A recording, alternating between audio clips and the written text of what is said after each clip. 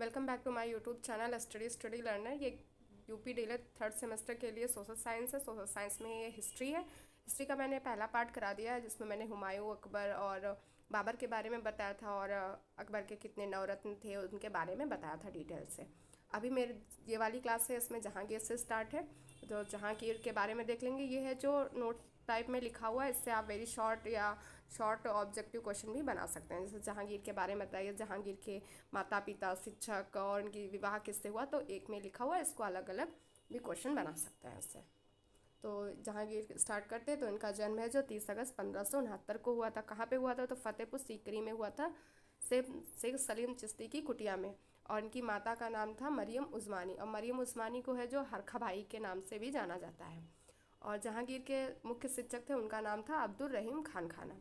सलीम का पहला विवाह है जो 1585 ईस्वी में राजा भगवान दास की पुत्री और मान सिंह की बहन मानबाई से हुआ था। तो क्वेश्चन आता है कि जहांगीर का विवाह किससे हुआ था? तो राजा भगवान दास की पुत्री और मान सिंह की बहन थी हरखा बाई, मान सिंह की बहन थी, उनका नाम था मानबाई। मानबाई से इनका विवाह हुआ था, जिससे खुसरो का जन्म हुआ था। खुसरो किसके पुत्र थे? मानबाई और जहांगीर के।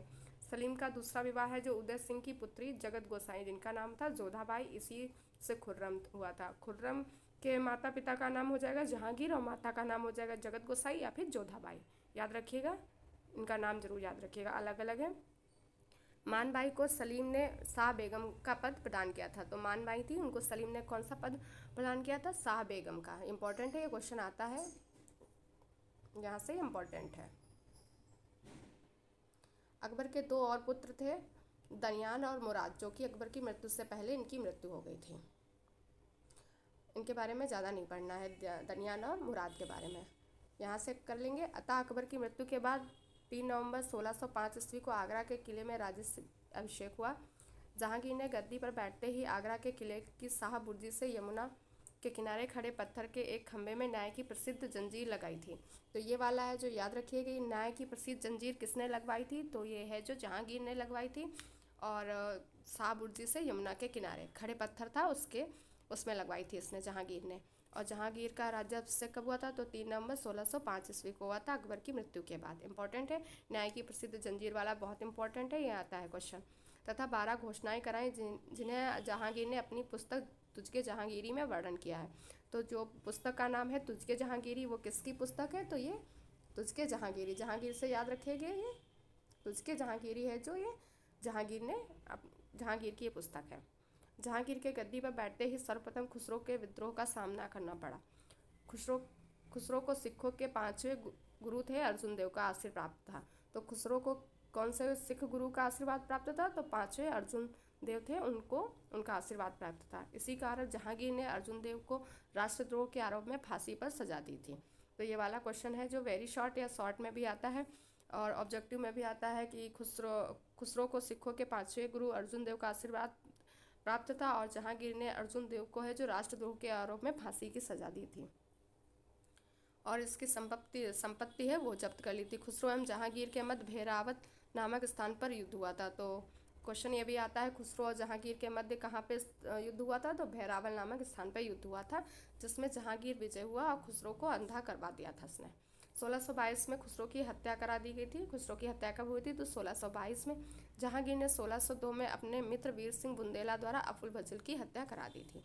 तो अबुल फजल है जो अकबर के नौरत्न थे, उनके मित्र और जो जहांगीर का मित्र था वीर सिंह बुंदेला द्वारा उसकी हत्या करवा दी गई थी।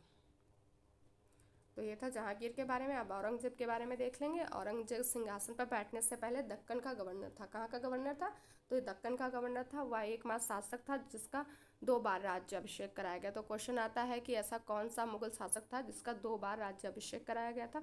तो ये था औरंगजेब। इंपॉर्टेंट क्वेश्चन है, टेट में भी आता है, ये जो यूपी के एग्ज़ाम है या फिर वनडे एग्ज़ाम, उनमें भी ये वाला क्वेश्चन आता है। सम्राट बनने के उपरांत औरंगजेब ने जनता के आर्थिक कष्टों का निवारण करने हेतु राहदारी और पानदारी करों को समाप्त कर दिया था। तो जैसे क्वेश्चन हो सकता है कि औरंगजेब ने कौन से करों का समाप्त किया था? तो कर थे राहदारी और पानदारी। औरंगजेब ने उलेमा वर्ग की सहायता से झरोखा दर्शन और नवरोज उत्सव पर प्रतिबंध लगा दिया था।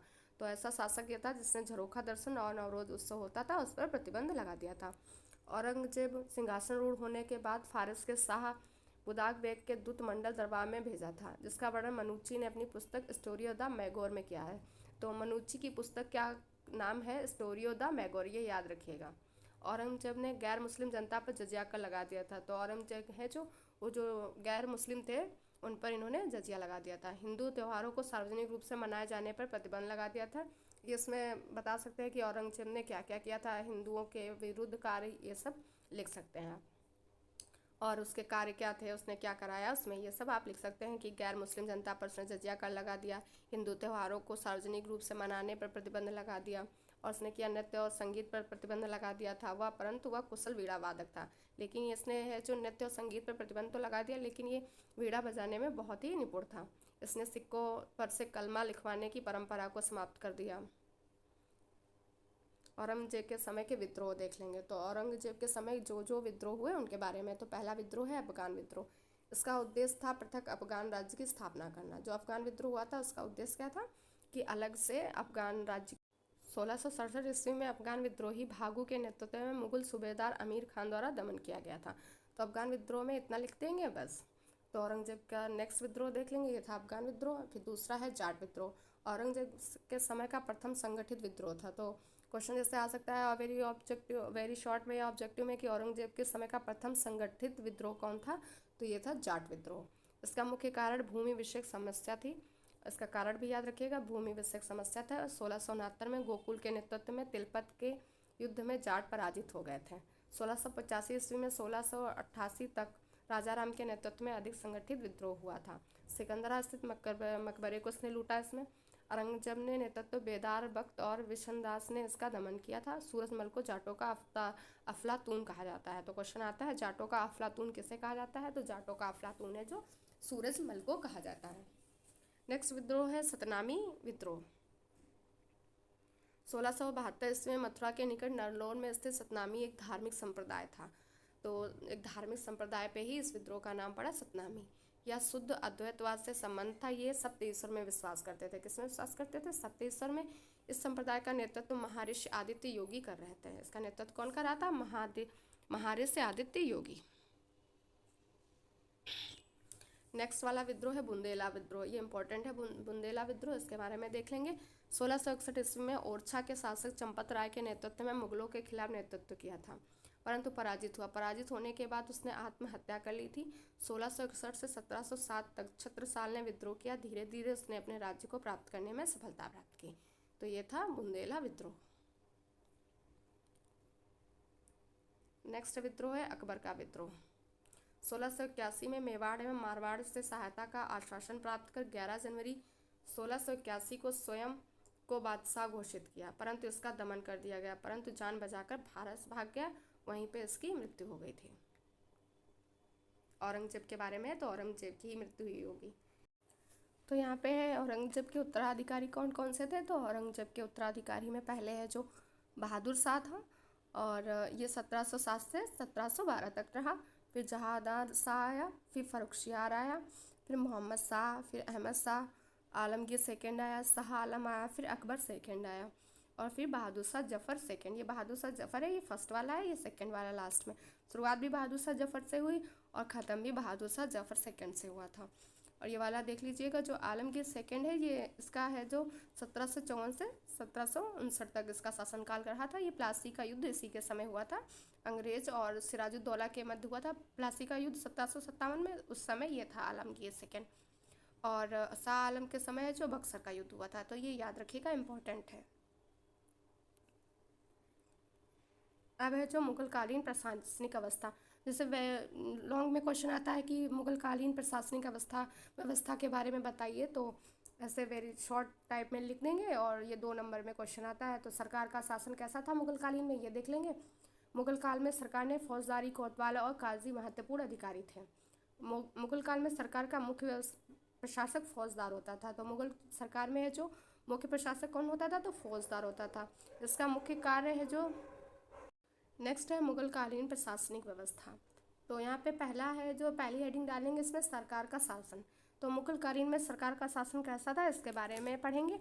तो मुगल काल में सरकार ने फौजदार कोतवाल और काजी महत्वपूर्ण अधिकारी थे। तो मुगल काल में सरकार के अधिकारी थे इंपॉर्टेंट वाले कौन थे? फौजदार था, कोतवाल था और काजी थे।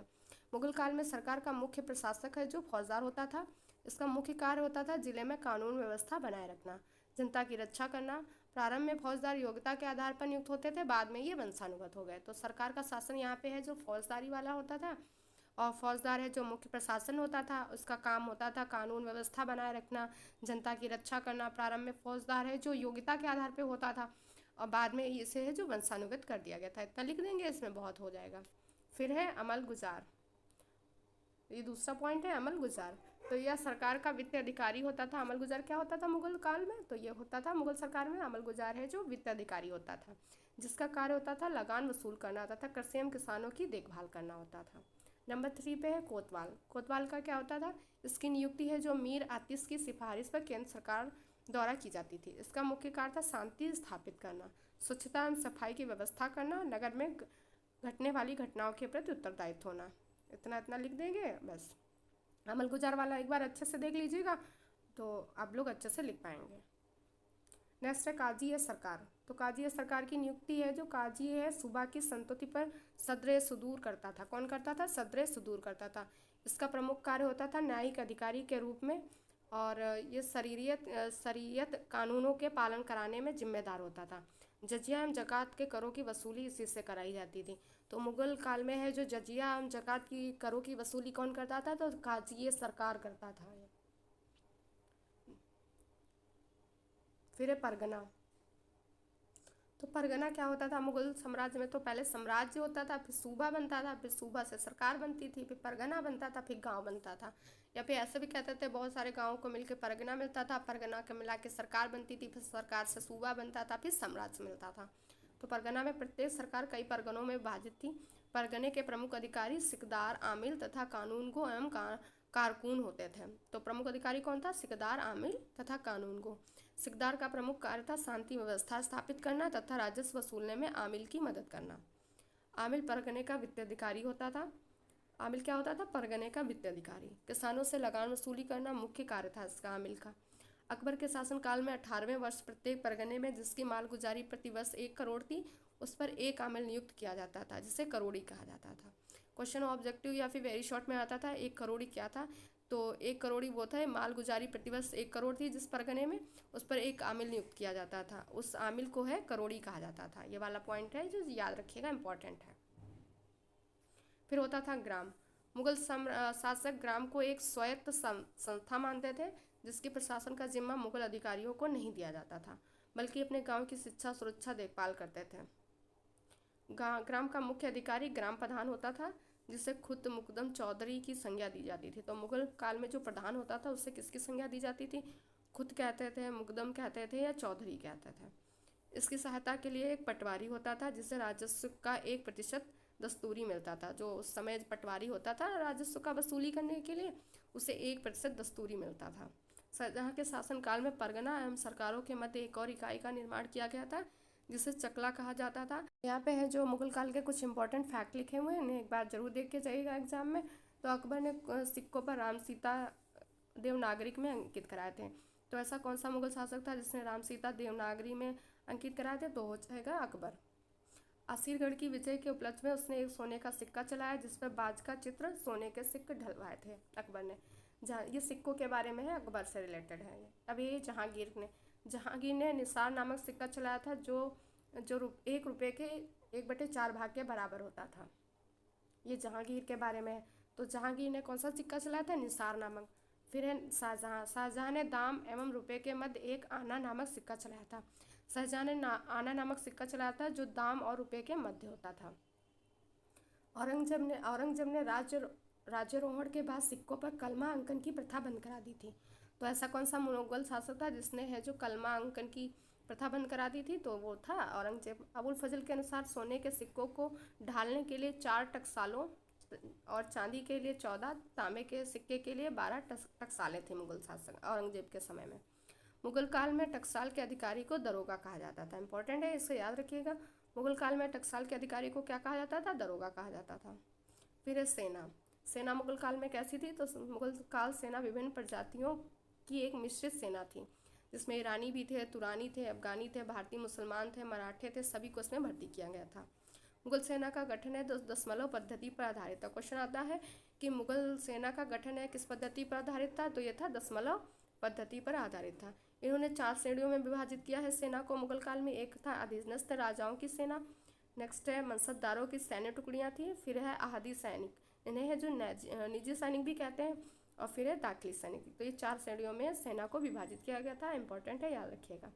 मुगलों की सेना को निम्न विशाल सेना थी, उसे निम्न भागों में विभाजित किया जाता था। एक पैदल सेना होती थी जिसे अहसाम सैनिक या सहबंदी सैनिक भी कहते थे। दूसरी थी अश्वरोही सैनिक थी, या 2 प्रकार के होते थे। ये अश्वरोही वाले हैं, ये 2 प्रकार के थे, एक वर्गीकर थे, एक सिलेदार थे। जिनको सभी सुविधाएं सेंट्रल गवर्नमेंट देती थी उसको वर्गीकर कहते थे, और जिनको पूरी सुविधाएं हैं जो राज्य से मिलती थी उसे सिलेदार कहा जाता था। तो ये इंपॉर्टेंट है, इन्हें याद रखिएगा। इसके अतिरिक्त कुछ अन्य घुड़सवार भी थे सेना में, जैसे एक अस्पा। तो एक अस्पा क्या होता था, एक घोड़ा होता था। 2 अस्पा, 3 अस्पा है जो सिंह अस्पा होता था। ये इंपॉर्टेंट है, याद रखिएगा। सेना की कार्यकुशलता को पूर्ण रूप से बनाए रखने के लिए तोपखानों की शुरुआत की गई थी।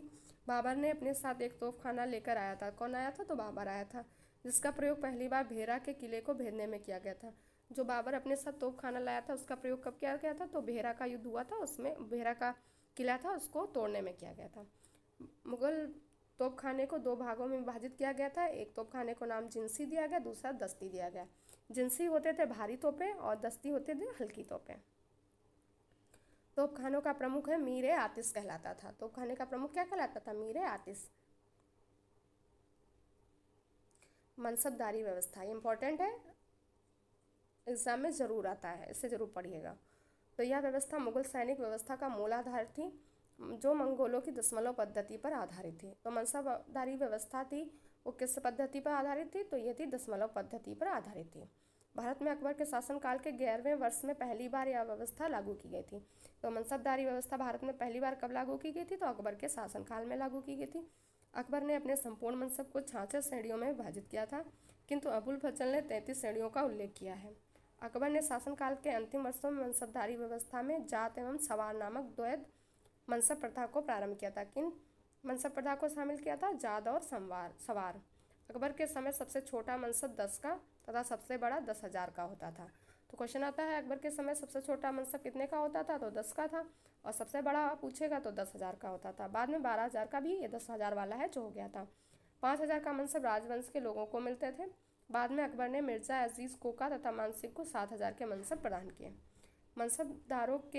मनसबदारों को है जो 3 श्रेणियों में विभाजित किया गया था। तो यहाँ पे दिया गया हुआ है 1 से 500 के मध्य को मनसबदार कहा जाता था। जिनको 1 से 500 के मध्य होते थे उनको क्या कहा जाता, मनसबदार कहा जाता था। 500 से लेकर 250 से 500 से अधिक 250 से कम वाले को अमीर कहा जाता था, और 2500 से अधिक वाले को कहा जाता अमीर उब्दा।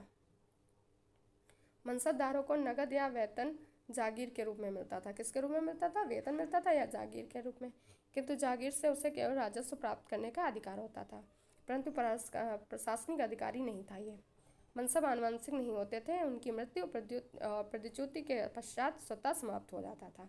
तो मनसब है जो आनुवंशिक नहीं होता था, या अगर उसकी मृत्यु हो गई है तो वो उससे पद खत्म हो जाएगा, या अगर उसका पद का टाइम है जो खत्म हो गया है तो वो उसका समाप्त हो जाता था। फिर है राजस्व प्रणाली। तो मुगल शासन में राजस्व प्रणाली कैसी थी, इंपॉर्टेंट है, ये क्वेश्चन आया, बहुत बार आया भी है, तो इसे पढ़ के जाइएगा। मुगल राजस्व के स्रोतों को 2 भागों में विभाजित किया गया है, केंद्रीय आय के स्रोत थे और स्थानीय आय के स्रोत थे। यहाँ पे राज्य नहीं लिखेंगे, स्थानीय आय के स्रोत लिखेंगे, इंपॉर्टेंट है, याद रखिएगा। भूमि कर के बंटवारे को सुव्यवस्थित संचालित करने के लिए 3 भागों में बांटा गया है। पहला भाग है खलिसा। खलिसा क्या भूमि होती थी, यह वह भूमि होती थी जो केंद्रीय प्रशासन को प्रत्यक्ष नियंत्रण में होती थी। तो खलिसा वह भूमि होती थी जिस पर सेंट्रल गवर्नमेंट का सीधा नियंत्रण होता था, इससे आय सीधी शाही खजाने में जमा होती थी। फिर है जागीर भूमि। जागीर भूमि में कैसी भूमि थी, यह राज्य के प्रमुख सरदारों या व्यक्तियों को उनके वेतन के बदले दी जाती थी, जिस पर उन्हें कर वसूलने का अधिकार था। फिर था सयूर गाल या मुद्दे मास। यह भूमि होती थी जो अनुदान के रूप में विद्वानों धार्मिक व्यक्तियों को दी जाती थी, जिस पर अनुदान ग्राही के आनुवंशिक अधिकार प्राप्त होता था। तो सयूर गाल मुद्दे मास क्या होता था, यह भूमि थी जिसको, जैसे कोई विद्वान है, धार्मिक व्यक्ति है, उसको ये दी जाती थी। जिस पर अनुदान ग्राही को आनुवंशिक अधिकार प्राप्त होता था। इस पर मतलब किसी को दी गई कोई विद्वान है तो फिर उस पर उसके बच्चे का अधिकार हो जाएगा। अकबर ने अपने शासनकाल के 24वें वर्ष में आईने दहसाला नामक एक नई कर प्रणाली शुरू करके मुगल कालीन कर व्यवस्था को स्थायित्व प्रदान किया था। इस प्रणाली के जन्मदाता कौन थे? टोडरमल थे।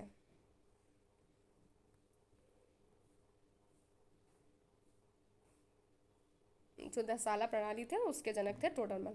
इसीलिए इस व्यवस्था को टोडरमल बंदोबस्त का व्यवस्था भी कहा जाता है। इस इसमें फसलों के पिछले 10 वर्ष के उत्पादन और उनकी प्रचलित मूल्यों का औसत निकालकर 1/3 हिस्सा राजस्व कर के रूप में वसूल किया जाता था। मुगल काल में कर निर्धारण की अन्य प्रणालियों में सबसे पुरानी प्रणाली थी बटाइया गल्ला बख्शी। तो क्वेश्चन आता है मुगल काल में सबसे पुरानी प्रणाली कौन थी? उसमें कर निर्धारण में तो बटाई हो जाएगी या फिर गल्ला बख्शी। इसे भौली भी कहा जाता था। क्या कहा जाता था? भौली। अब मुगल काल की प्रसिद्ध इमारतें देख लेंगे। तो हुमायूं का मकबरा है जो। क्वेश्चन आता है किन्हीं 4 प्रसिद्ध इमारतों के बारे में बताइए, 2 इमारतों के बारे में बताइए। तो इन्हें पढ़ लीजिएगा, तो कोई भी आप लिख सकते हैं। तो हुमायूं का मकबरा है। तो हुमायूं का मकबरा मुगल काल का तथा अकबर के शासनकाल में निर्मित प्रथम इमारत है। तो ये किसके शासनकाल में बनाया गया था? तो ये अकबर के शासनकाल में निर्माण किया गया था। इसका निर्माण हुमायूं की पत्नी हमीदा बानो बेगम अपनी पति की मृत्यु के 8 वर्ष के बाद 1564 में कराया था। तो हुमायूं का मकबरा है, इसको किसने बनवाया था? तो हम उनकी पत्नी थी हमीदा बानो बेगम। उन्होंने अपने पति की मृत्यु के 8 वर्ष के बाद में 1564 में कराया था। यह मकबरा भारतीय रूप में ईरानी शैली पर आधारित दोहरी गुंबद वाला प्रथम उदाहरण है। इसको याद रखिएगा किस प्रकार की शैली इसमें यूज की गई। तो ईरानी शैली और ये दोहरी गुंबद वाला प्रथम उदाहरण है। इसमें हुमायूं के अलावा 9 अन्य व्यक्तियों को भी दफन किया गया था। तो ये हो गया हुमायूं का मकबरा। आप देख लेंगे फतेहपुर सीकरी। यह उत्तर प्रदेश के आगरा जिले के अंतर्गत आने वाले स्थल फतेहपुर सीकरी में है। कहाँ पे? फतेहपुर सीकरी यूपी में है, वहीं पे पड़ता है। 1527 की खानवा की लड़ाई जीतने के बाद स्थल को सीकरी का नाम दिया गया था। तो फतेहपुर को सीकरी का नाम कब दिया गया था? 1527 में, जब खानवा की लड़ाई के युद्ध में जीतने के बाद इस स्थल को सीकरी का नाम दिया गया था। अकबर ने 1571 ईस्वी में अपनी राजधानी का रूप भी इसे दिया था। सीकरी मुगलों का प्रथम नियोजित शहर था। नेक्स्ट है बुलंद दरवाज़ा। बुलंद दरवाज़ा कहाँ पे है? तो यह है फतेहपुर सीकरी में। और फिर है शेख सलीम चिश्ती की दरबार, ये भी फतेहपुर सीकरी में है। अब 5th नंबर पे है ताजमहल। यह 1631 ईस्वी में बनना प्रारंभ हुआ था। 1653 ईस्वी में बनकर यह तैयार हुआ था। इसका मुख्य स्थापत्यकार उस्ताद अहमद लाहौरी था, जिसे नादिर उल असर की उपाधि प्रदान की गई थी। तो ताजमहल का स्थापत्यकार कौन था? क्वेश्चन आता है ये, वनडे एग्जाम में भी आता है और ऑब्जेक्टिव में भी आएगा, वेरी शॉर्ट के लिए भी इम्पोर्टेंट है। तो उस्ताद अहमद लाहौरी, जिसे कौन सी उपाधि दी गई थी? तो इसे है जो नादिर उल असर की उपाधि प्रदान की गई थी।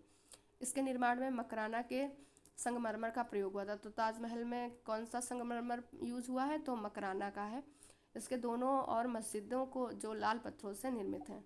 वर्ष 1983 में इसे यूनेस्को की विरासत सूची में शामिल किया गया। क्वेश्चन आता है यूनेस्को की विरासत सूची में ताजमहल को कब शामिल किया गया था? तो 1983 में किया गया था। इंपॉर्टेंट है, इसे याद रखिएगा। फिर है लाल किला। 1638 ईस्वी में शाहजहां ने दिल्ली में अपने नाम पर शाहजहानाबाद नगर की स्थापना की थी और अपनी राजधानी बनाई। यह राजधानी 9 वर्षों में तैयार हुई थी। इसमें लाल किले में प्रसिद्ध महल का दुर्ग सर्वाधिक महत्वपूर्ण है। यह लाल बलुए पत्थरों से निर्मित किया गया। तो लाल किला किससे निर्मित है? तो ये लाल बलुआ पत्थर है, उनसे निर्मित किया गया है। इसी भवन में दीवाने आम है, मुमताज़ महल, खास महल, रंग महल। तो लाल किले में है जो ये हैं जो विभिन्न प्रकार के भवन भी शामिल हैं, जैसे हैं दीवाने आम हो गया, मुमताज़ महल हो गया, खास महल हो गया, रंग महल है। इसमें स्थित दीवाने खास शाहजहां के शासनकाल में निर्मित है, सभी भवनों से अलंकृत हैं। 2007 ईस्वी में इसे विश्व की विरासत श्रेणी में शामिल किया गया था। तो लाल किला को कब शामिल किया गया विश्व की विरासत श्रेणी में? 2007 में। इंपॉर्टेंट है, इसे जरूर याद रखिएगा। नेक्स्ट है चित्रकला। मुगल काल की चित्रकला के बारे में देखेंगे कैसी थी। तो मुगल चित्र शैली में भारतीय तथा फारसी शैलियों का सम्मिश्रण था। कैसी कैसी शैलियाँ थी इसमें? भारतीय थी और फारसी थी। मुगल चित्रकला की सबसे महत्वपूर्ण थी हल्कनामा पुस्तक। एक दुर्लभ पुस्तक है जिसमें लगभग 1200 चित्र हैं। तो हल्कनामा एक क्या है? मुगल कालीन पुस्तक है और इसमें 1200 चित्र हैं। अकबर के समय दसवंत प्रमुख चित्रकार था। कौन सा चित्रकार था अकबर के समय? दसवंत था। उसने कई चित्र बनाए जिसमें खानदान तैमूरिया तथा तूतीनामा प्रसिद्ध है। कौन कौन है? तूतीनामा और तैमूरिया। यहाँ पे है जो मुगलकालीन साहित्य पुस्तक है और उनके लेखक हैं जो कि बहुत ही इंपॉर्टेंट है, इन्हें पढ़ लीजिएगा। ये वनडे एग्ज़ाम हो या फिर टेट हो, पेट हो, सभी में ये आता है, तो उन्हें अच्छे से पढ़ लीजिएगा। तुझके बाबरी बुक है जो बाबर की है, और तारिख है रसीदी मिर्ज़ा हैदर दोगलत की है। हुमायूंनामा गुलबदन बेगम की है। अकबरनामा पुस्तक है जो अबुल फजल की है। और मुंतरख उल तवारीख है जो ये अब्दुल कादिर बदायूनी की है। तुझके जहांगीरी जहांगीर की है। आलमगीर नामा है जो मिर्ज़ा गुम्बद कासिम की है। तबकात जाकरी है निज़ामुद्दीन अहमद की है। तो ये इम्पॉर्टेंट बुक्स हैं और इनके ये राइटर्स हैं, इन्हें एक बार जरूर पढ़िएगा। फिर है शिवाजी। अब यहाँ से मराठा साम्राज्य के बारे में आएगा। तो जितना मैंने पढ़ाया है मुगल काल का, ये आप इतना पढ़ के जाइएगा तो आपका एग्ज़ाम है जो अच्छे से हो जाएगा, इससे बाहर नहीं आपको मिलेगा कुछ भी। अब है हम लोग है जो शिवाजी के बारे में देख लेंगे। तो शिवाजी का जन्म कब हुआ था? ये क्वेश्चन वेरी शॉर्ट में भी आता है। शिवाजी का जन्म है जो 20 अप्रैल 1627 ईस्वी को हुआ था। कहाँ पे हुआ था? तो पूना के निकट सिवनेर की दुर्ग में हुआ था। इनकी माता का नाम जीजाबाई, पिता साहजी भोसले थे।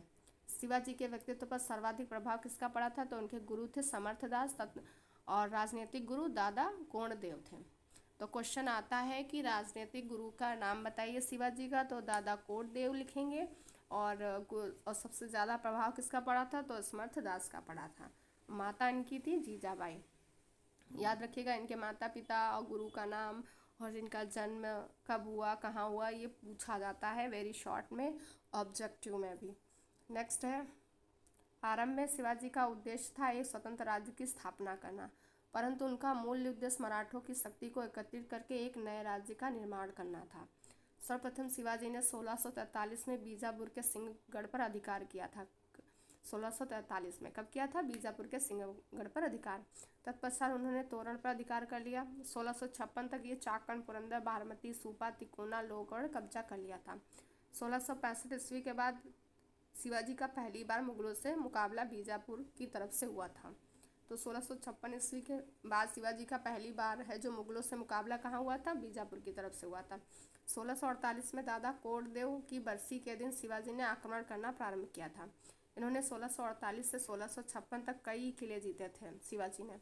1657 में औरंगजेब एवं मीर जुमला ने बीजापुर पर आक्रमण कर दिया था। कब किया था औरंगजेब और मीर जुमला ने? 1657 में बीजापुर के शासक थे मोहम्मद आदिल शाह ने शिवाजी का सहयोग मांगा। इसी समय औरंगजेब ने शिवाजी को पहाड़ी चूहा कहा था। तो क्वेश्चन आता है, औरंगजेब ने शिवाजी को पहाड़ी चूहा कब कहा था? जब उसने आक्रमण किया था बीजापुर पर और बीजापुर के शासक मोहम्मद आदिल शाह ने शिवाजी का सहयोग मांगा था। ये भी क्वेश्चन बन सकता है, शिवाजी को पहाड़ी चूहा किसने कहा था? तो औरंगजेब ने कहा था। और इस युद्ध में है जो औरंगजेब पराजित हुआ था। 1659 में आदिल शाह शिवाजी की नीतियों से भयभीत हो गया था, इसीलिए उसने ब्राह्मण दूध कृष्ण जी भास्कर के रूप में अफजल खां को भेजा था। तो अफजल खां को शिवाजी को मारने के लिए उसने भेजा था। किसने? इसने आदिल शाह ने भेजा था। और किस रूप में भेजा था? कृष्ण जी भास्कर के रूप में। शिवाजी व अफजल खां की मुलाकात दक्षिण में स्थित पार नामक स्थान पर हुई, जहाँ पर शिवाजी ने 2 नवंबर 1659 ईस्वी को अफजल खां की हत्या कर दी थी। तो अफजल खां की हत्या शिवाजी ने कब की थी? 2 नवंबर 1669 को की थी, 59 को की थी। 1660 ईस्वी में मुगल शासक औरंगजेब ने शाइस्ता खां को शिवाजी के समाप्त करने के लिए भेजा था। तो 1600 में मुगल शासक औरंगजेब ने किसको भेजा था शिवाजी को समाप्त करने के लिए? शाइस्ता खां को भेजा था। इनका नाम याद रखिएगा। परंतु 1663 में शिवाजी ने रात में चुपके से शाइस्ता खां पर आक्रमण कर दिया, जिससे शाइस्ता खां घबरा गया और मुगल सेना को क्षति पहुंची। औरंगजेब ने शाइस्ता खां को वापस बुला लिया। इसके स्थान पर आमेर के मिर्जा राजा जयसिंह को शिवाजी पर आक्रमण करने को भेजा। जब शाइस्ता खां नहीं कर पाया, उनको नुकसान पहुंचा पाया, तो औरंगजेब ने शाइस्ता खां को वापस बुला लिया और उसके स्थान पर आमेर के राजा थे मिर्जा राजा जयसिंह, उनको शिवाजी पर आक्रमण करने के लिए भेजा था। जयसिंह ने शिवाजी को किले को जीतकर संधि का प्रस्ताव भेजा था। तो जयसिंह ने फिर शिवाजी का युद्ध हुआ तो वहाँ पे उसने किले को जीत लिया और उनसे बोला कि मैं संधि करना चाहता हूँ, उसके लिए उसने प्रस्ताव भेजा जयसिंह ने शिवाजी को। फिर यहाँ शिवाजी मुगल काल में जो पुरंदर की संधि हुई थी उसके बारे में देख लेंगे, इंपॉर्टेंट है। तो पुरंदर की संधि कब हुई थी? तो 1665 में हुई थी और इसमें 4 शर्तें थीं। तो इस पुरंदर की संधि पुरंदर की संधि 1665 में हुई, तो उस संधि को करने की जो शर्तें हैं वो लिखी हुई हैं। ये शिवाजी को 4 लाख हुड़ मतलब मुद्रा वार्षिक आय वाले मुगलों को सौंपने पड़े। शेष 12 शिवाजी के पास बचे। तो कितने, जो 4 लाख हैं जो प्रति व्यक्ति 4 लाख हुड़ मुद्रा वार्षिक आय वाले मुगलों को सौंपने पड़े शिवाजी को, और जो शेष 12 बचे थे वो शिवाजी ने के पास बच गए थे। मुगलों ने शिवाजी के पुत्र संभाजी को 5,000 एवं उचित जागीर देना स्वीकार कर लिया था। शिवाजी ने बीजापुर के विरुद्ध मुगलों को सैनिक सहायता देने का वादा किया था। शिवाजी की मृत्यु, ये हो गई शर्तें। पुरंदर की जो संधि हुई थी उसकी ये शर्तें थी तीनों। इंपॉर्टेंट है, क्वेश्चन आता है, आप लोग इसको जरूर पढ़िएगा। शिवाजी की मृत्यु 1680 में बीमार पड़ जाने के कारण हुई थी, तो उनकी डेट है जो याद रखिएगा। शिवाजी का प्रशासन कैसा था? प्रशासनिक व्यवस्था है तो दक्षिण राज्यों में मुगलों की प्रशासनिक व्यवस्था से प्रभावित थी, जिसके शीर्ष पर छत्रपति होता था। तो मुगल शिवाजी के टाइम पे है जो शीर्ष पर प्रशासनिक व्यवस्था में कौन होता था? तो छत्रपति होता था। इंपॉर्टेंट है। छत्रपति की सहायता के लिए सचिवों की नियुक्ति की जाती थी। उन्हें अष्टप्रधान अष्टदिग्गज कहा जाता था। ये इंपॉर्टेंट क्वेश्चन है। अष्टप्रधान अष्टदिग्गज किस शासनकाल में थे? तो मराठा साम्राज्य में थे, शिवाजी के समय थे। और ये किस लिए इनका नियुक्ति की गई थी? तो छत्रपति की सहायता करने के लिए सचिव होते थे, उनकी नियुक्ति की गई थी। इन्हें अष्टप्रधान अष्टदिग्गज कहा जाता था। शिवाजी की इच्छा तक अपने पद पर रहते थे ये। इनका अपना कार्यकाल होता था। अष्टदिग्गजों में सेनापति को छोड़कर हर पद पर आसीन होने के लिए ब्राह्मण कायस्थ होना जरूरी था, लेकिन शिवाजी के मराठा होना आवश्यक था। अब इसमें जो अष्टदिग्गज हैं उनके बारे में देख लेंगे, क्या क्या नाम थे, कौन क्या था। तो पेशवा होता था। पेशवा है जो अष्टदिग्गज में, ये प्रधानमंत्री जैसा होता था। छत्रपति की अनुपस्थिति में सारे कार्य देखता था। फिर था सरे नौबत। सरे नौबत मतलब सेनापति होता था। नंबर 3 पे है आमत्य अथवा मजूमदार। वित्त या राजस्व मंत्री को क्या कहते थे? आमत्य या मजूमदार। वाकिया नवीस ये होता था घटनाओं का लेखा जोखा तथा दरबार की कार्यवाही का ये विवरण रखता था वाकिया नवीस। दबी या सुमंत कौन होते थे? तो विदेश मंत्री होता था, उससे कहते थे दबी या सुमंत। पंडित राव कौन होता था? जो धार्मिक कार्यों के लिए दी जाने वाली भूमिका इस पर दायित्व होता था, उसे पंडित राव कहा जाता था। मुख्य न्यायाधीश समस्त दीवानी एवं फौजदारी मामले आते थे इसके अंतर्गत। तो ये 7 ये हो गए अष्टदिग्गज। 8वां कौन सा था? सुरुए नबीस। सुरुए नबीस है राजकीय पत्र विभाग को देखना होता था इनको। साम्राज्य का विभाजन कैसे थे मराठा साम्राज्य में? तो साम्राज्य का विभाजन सूबों में किया गया था। सूबे का प्रमुख सूबेदार होता था। सूबे के को महल में विभाजित किया गया था। इसके प्रमुख को सहरवालदार या महलदार कहा जाता था। महल को तर्फ या तर्फ को गांव कहा जाता था। गांव के मुखिया को पटेल कहा जाता था। तो यह है, इसको याद रखिएगा। जो साम्राज्य था सूबा था, सूबे से महल में विभाजित हुआ, महल से फिर तर्फ में हुआ, तर्फ से गांव में हो जाता है। सूबा होता था, उसके प्रधान को सूबेदार, महल को महलदार, तर्फ होता था उसका जो मेन होता था वो बताया नहीं गया यहाँ पे। गांव में है जो पटेल कहा जाता था। गांव के मुखिया को क्या कहा जाता था? पटेल कहा जाता था। राजस्व व्यवस्था देख लेंगे, ये इंपॉर्टेंट है, इससे रिलेटेड क्वेश्चन आता है। मराठों की राज्य व्यवस्था से। तो यहाँ की व्यवस्था है जो कृषक व्यवस्था थी, रैयतवाड़ी थी, जो कि जमींदारी व्यवस्था की विरोधी थी। कर राजस्व से पहले भूमि का संरक्षण किया जाता था। यह व्यवस्था अहमदनगर राज्य के मालिक अंबर पर आधारित थी। किस पर आधारित थी? अहमदनगर राज्य के मालिक अंबर पर आधारित थी। अन्यजी दंतो मराठा का टोडरमल राजस्व कर प्रारंभ में 101 प्रारंभ में है जो 1/3 की दर से था, और बाद में ये 2/5 हो गया था। अन्नाजी दंतो वाला। चौथ क्या होता था? चौथ होता था विजित राज्यों के क्षेत्रों से उपज के 1/4 भाग के रूप में वसूल किया जाता था। जैसे कोई क्षेत्र इन्होंने जीत लिया, वहाँ पे कोई उपज हुई तो वहाँ पे 1/4 भाग वसूल कर लेते थे। चौथ ये क्या था? कर था, कर के रूप में। स्वदेश मुखी कर था। चौथ विजित क्षेत्रों से शिवाजी के वंशजों को मुखिया मानने के नाते लोगों के हितों की रक्षा करने के लिए 10% कर के रूप में लिया जाता था। जैसे वहाँ पे लोगों के हित की रक्षा करने के लिए जो कर लिया जाता था 10%, तो वो सरदेश मुखी था। देश से 10 याद रखिएगा। 10% किस में आएगा? सरदेश मुखी में। चौथ में क्या? 1/4 आएगा। तो ये क्वेश्चन आता है कि मुगल मराठा साम्राज्य के किन्हीं 2 करों के नाम बताइए, 4 करों के नाम बताइए, 3 करों के नाम। तो आप जरूर लिख के आइएगा, वेरी शॉर्ट में क्वेश्चन जरूर मिलता है। अब शिवाजी का यहाँ पे लिखा हुआ है वंशानुक्रम वाला। तो शिवाजी के बाद संभाजी आए, फिर संभाजी के बाद राजा राम आए। राजा राम के बाद साहू है। साहू और राजा राम क्या है, जो यहाँ पे ताराबाई थी, इन्होंने भी शासन किया था। और फिर साहू के बाद पेशवा है। शिवाजी का यहाँ पे अंत हो जाता है। पेशवा है जो नई शुरुआत थी मराठाओं की। और यहाँ पे फिर पेशवा के बाद में बालाजी, पहले जो पेशवा बने वो बालाजी बने थे, फिर बाजीराव बने, फिर बालाजी बाजीराव बने, फिर माधवराव नारायण थे, फिर नारायण राव थे। तो ये इंपॉर्टेंट है, इसे ज़रूर देख के जाइएगा। पहला पेशवा कौन था, बालाजी थे, फिर बाजीराव दूसरे थे, बालाजी बाजीराव ये तीसरे थे। और शिवाजी के बाद कौन शासन किया था, संभाजी, फिर संभाजी के बाद राजा राम, फिर साहू। अब यहाँ पे है प्रथम आंग्ल मराठा युद्ध, इम्पोर्टेंट है, ऐसे ही लिख के आता है। प्रथम आंग्ल मराठा युद्ध के बारे में बताइए, वर्णन कीजिए। तो इस युद्ध का कारण है मराठों के आपसी झगड़े तथा अंग्रेजों के महत्वाकांक्षी थी। इस युद्ध के प्रारंभ में मराठा नेता नाना फडणवीस ने एक मराठा संघ बनाया था। इस संघ का कारण था मराठा की राजगद्दी प्राप्त करना। जब पेशवा नारायण राव की मृत्यु हो गई तो फडणवीस ने माधवराव नारायण सेकंड को गद्दी पर बैठाना चाहा, परंतु राघोवा ने अंग्रेजों से मदद ली और उनके शरण में चला गया था। राघोवा ने 1775 में को एक संधि की, जिसे सूरत की संधि कहा जाता है। तो क्वेश्चन आता है सूरत की संधि कब हुई थी, तो ये 1775 में हुई थी। और किसने की थी, तो राघोवा ने की थी। दूसरी ओर 1757 में ही नाना फडणवीस ने कलकत्ता प्रेसिडेंसी के साथ संधि कर ली, परंतु तब तक बहुत देर हो चुकी थी। अब ये हार गए, इन्होंने बड़गांव की संधि करनी पड़ी। कलकत्ता प्रेसिडेंसी युद्ध जारी रखा। यह 7 वर्ष तक चला था। जो कलकत्ता वाला युद्ध था उधर, ये 7 वर्षों तक चला था। 1782 में सिंधिया के प्रयासों के संधि की गई। संधि के प्रावधान निम्न थे। माधव नारायण द्वितीय पेशवा बनेंगे, इसमें संधि हुई थी, उसमें बताया गया। पिता राघोवा को गिरफ्तार करके गोरेगांव भेज दिया गया था। अंग्रेज को सालसेट और भसीन क्षेत्र मिल गए। तो ये इंपॉर्टेंट है, इनको भी याद रखिएगा। फिर है द्वितीय आंग्ल मराठा युद्ध। ये कब से चला था, 1803 से 1806। इस युद्ध का प्रमुख कारण है, ये डेट जरूर याद रखिएगा, डेट एग्जाम में पूछी जाती है। प्रथम आंग्ल मराठा युद्ध, द्वितीय आंग्ल मराठा युद्ध, सभी की। इस युद्ध का मुख्य कारण है वेलीज़ेली की मुख्य सहायक नीति। तो द्वितीय आंग्ल मराठा युद्ध का होने का मुख्य कारण था जो वेलीज़ेली था, उसके मुख्य सहायक संधि थी।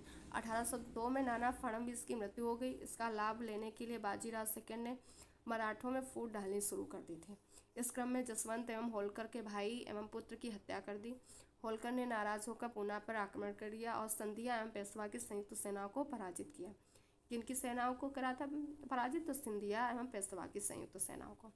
बाजीराव सेकंड ने वसीर में अंग्रेज में शरण ली और संधि की। बाजीराव सेकंड ने वसीर में जाके अंग्रेजों से शरण ले ली और संधि कर ली आपस में। संधि के अनुसार पेशवा ने अंग्रेजी संरक्षण स्वीकार कर लिया। अंग्रेजी सेना को पूना में रहने की इजाज़त दे दी गई। और यहाँ पे है जो पेशवा थे, उन्होंने अंग्रेजी सेना का संरक्षण स्वीकार कर लिया और अंग्रेजी सेना को पूना में रहने की इजाज़त दे दी। पेशवा ने कुछ क्षेत्र अंग्रेजों को दे दिया था, जैसे गुजरात है, ताप्ती नर्मदा के क्षेत्र, सूरत तुंगभद्रा नदी के क्षेत्र, ये सब पेशवा ने किसको दे दिया, अंग्रेजों को दे दिया। जैसे गुजरात है, ये सब तट वाले ज़्यादातर क्षेत्र हैं, नदी के किनारे, समुद्र के किनारे वाले। तो गुजरात है, ताप्ती नर्मदा क्षेत्र, सूरत तुंगभद्रा नदी के क्षेत्र थे। मराठाओं ने निज़ाम से चौथ वसूलना बंद कर दिया। पहले जो मराठे हैं चौथ, सरदेश मुखी ये सब लगाते थे सभी पे, निज़ामों पे भी, मगर इसके बाद में मराठाओं ने निज़ाम से चौथ वसूलना बंद कर दिया था। गायकवाड़ से अंग्रेज़ों ने युद्ध न लड़ने का वचन दिया कि हम कभी भी, गायकवाड़ थे, उनसे युद्ध नहीं करेंगे। अंग्रेज़ों ने कहा सारे विदेशी मामलों के अधिकार अंग्रेज़ों को प्राप्त हो गए। तो अंग्रेज़ों को सारे विदेशी मामले अधिकार कब प्राप्त हुए थे, जब द्वितीय आंग्ल मराठा युद्ध हुआ था। याद रखिएगा, इंपॉर्टेंट है। द्वितीय आंग्ल मराठा युद्ध देख लेंगे, ये कब से कब तक चला था, 1817 से 1818 तक चला था ये। इस युद्ध का अंतिम चरण लॉर्ड हेस्टिंग्स था और इसके समय पे हुआ। इसका शासन है 1813 से 23 तक।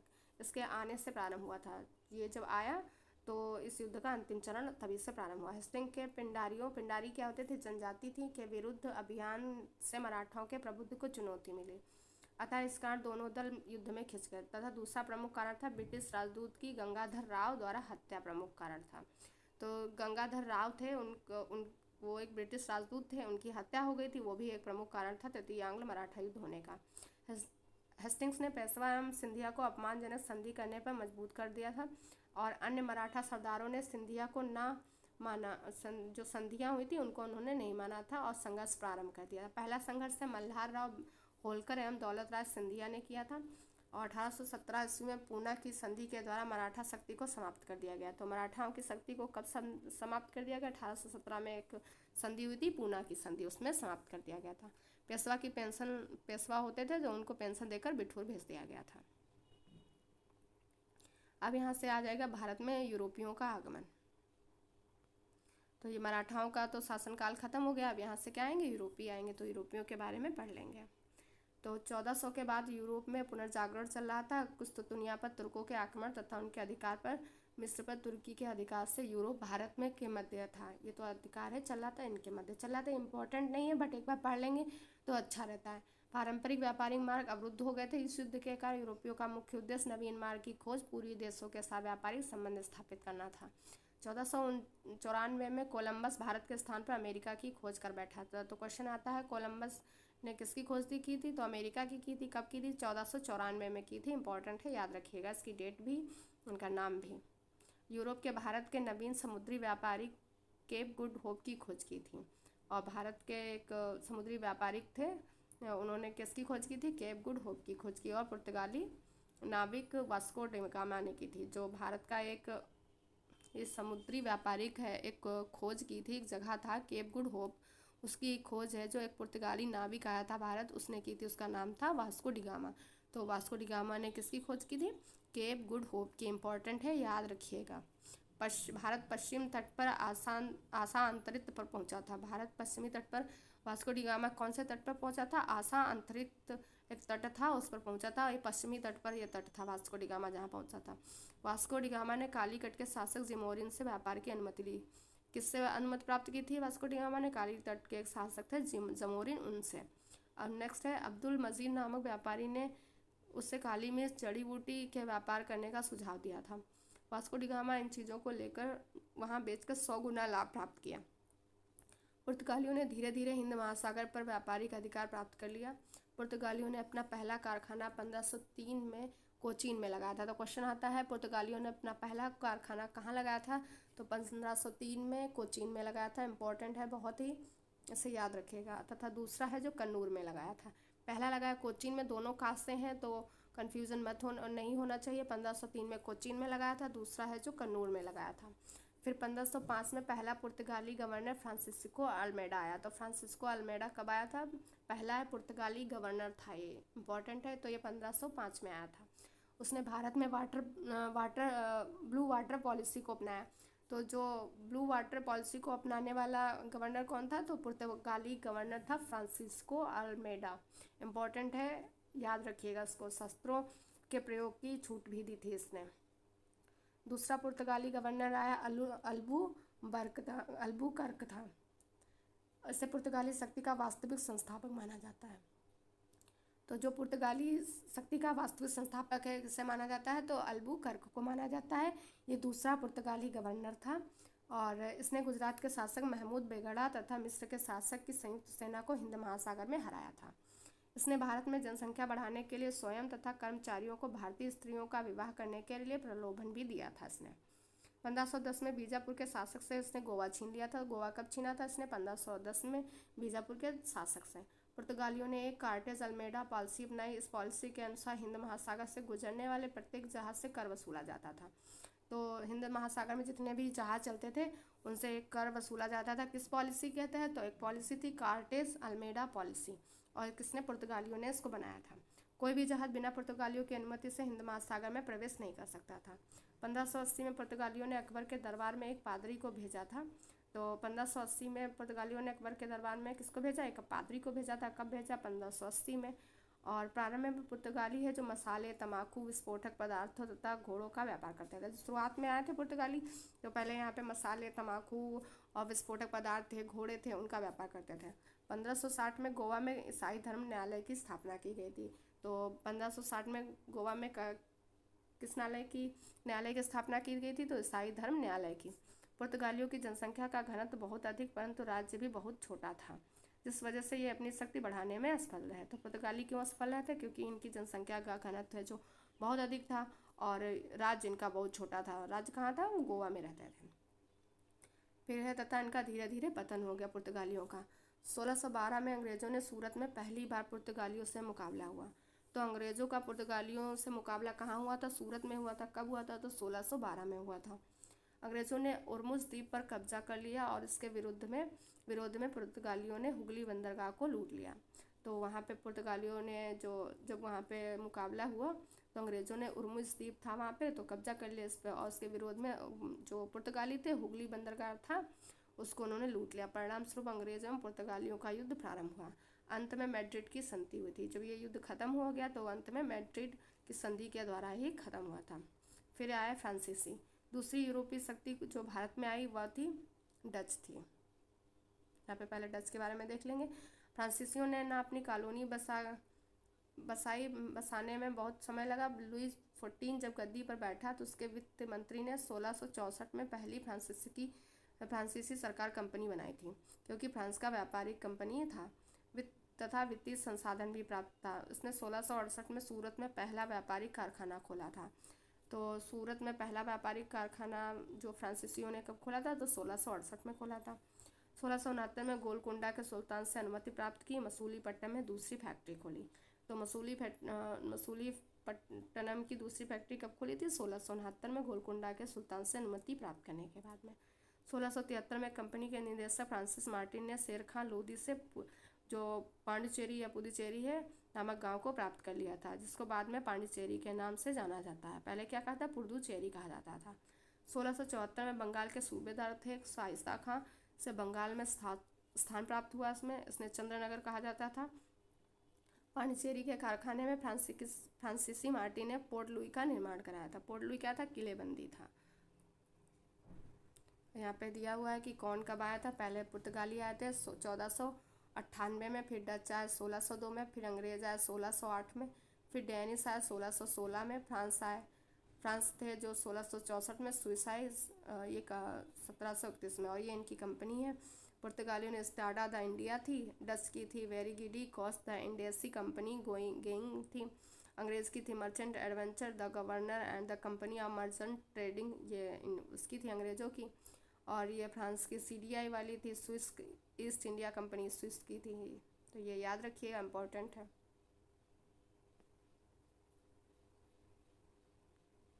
फिर हुए यहाँ पे जो मराठा वाला था उसी का ये पार्ट है थोड़ा। तो प्रथम आंग्ल सिख युद्ध, पहले थे आंग्ल मराठा युद्ध, अब यहाँ पे है सिख युद्ध। तो प्रथम आंग्ल सिख युद्ध है जो 1845 से 46 में हुआ था। इस समय लॉर्ड हंडिंग्स गवर्नर जनरल था तथा लॉर्ड गप इस युद्ध के समय भारत का प्रधान सेनापति था। 13 दिसंबर 1845 को मुद्दी नामक स्थान पर लाल सिंह नेतृत्व वाली सिख सेना को पराजित किया। सिख सेनाओं को फिरोज शाह, ओलीवाल तथा सोवाराव नामक स्थानों पर पराजित होने के बाद 8 मार्च 1846 को लाहौर की संधि की गई थी। जब ये प्रथम आंग्ल सिख युद्ध हुआ उसके जो संधि हुई थी उसमें लाहौर की संधि हुई थी। इंपॉर्टेंट है, पूछता है लाहौर की संधि किस युद्ध में हुई थी? तो प्रथम आंग्ल सिख युद्ध के समय हुई थी। फिर है द्वितीय आंग्ल सिख युद्ध। तो ये कब से कब चला था? तो ये 1848 से 49 के मध्य हुआ था। इस युद्ध का तत्कालिक कारण था मुल्तान के सुल्तान मूलराज शेर सिंह छत्तर सिंह पंजाब को ब्रिटिश प्रभाव से मुक्त कराने के लिए युद्ध किया था। यह युद्ध चिलियानवाला के नाम से भी जाना गया। जो द्वितीय आंग्ल सिख युद्ध है उसे किस नाम से जाना जाता है? चिलियानवाला के नाम से। 13 जनवरी 1849 को लड़ा गया था। सेना का नेतृत्व इसमें है जो लॉर्ड गफ ने किया था, और सिख सेना का नेतृत्व शेर सिंह ने किया था। द्वितीय आंग्ल सिख युद्ध था, इसमें अंग्रेजी सेना का है नेतृत्व लॉर्ड गफ ने, और सिख वाली सेना थी इसका शेर सिंह ने किया था। इस युद्ध के बाद डलहौजी ने गफ के स्थान पर चार्ल्स नेपियर को प्रधान सेनापति बनाया था। 21 फरवरी 1849 को गुजरात में पराजित किया। इस युद्ध के बाद अंग्रेजों ने महाराजा दिलीप को 5 लाख वार्षिक पेंशन देकर रानी झंझन के साथ इंग्लैंड भेज दिया था। रानी थी झिंडन, उनके साथ है राजा दिलीप सिंह को 5 लाख वार्षिक पेंशन देकर इंग्लैंड को भेज दिया था अंग्रेजों ने। तो ये था मराठा और द्वितीय आंग्ल सिख युद्ध। तो जो UPDL 3rd सेमेस्टर के लिए सोशल साइंस है तो उसमें मैंने हिस्ट्री पूरा कंप्लीट करा दिया है, जो कि मुगल साम्राज्य, मराठा साम्राज्य और युद्ध जितने थे, विद्रोह थे, सभी कुछ। अगर आप इसको एक बार रिवाइज कर लेते या एक बार सुन भी लेते तो अच्छा सा एग्जाम में करके आएंगे। और आपकी इसकी नेक्स्ट क्लास है जो पॉलिटिक्स से रिलेटेड होगी। अगर आपको ये क्लास पसंद आ रही हो तो लाइक से सब्सक्राइब करिएगा और अधिक से अधिक लोगों को शेयर करिएगा। वीडियो को देखने के लिए थैंक यू सो मच।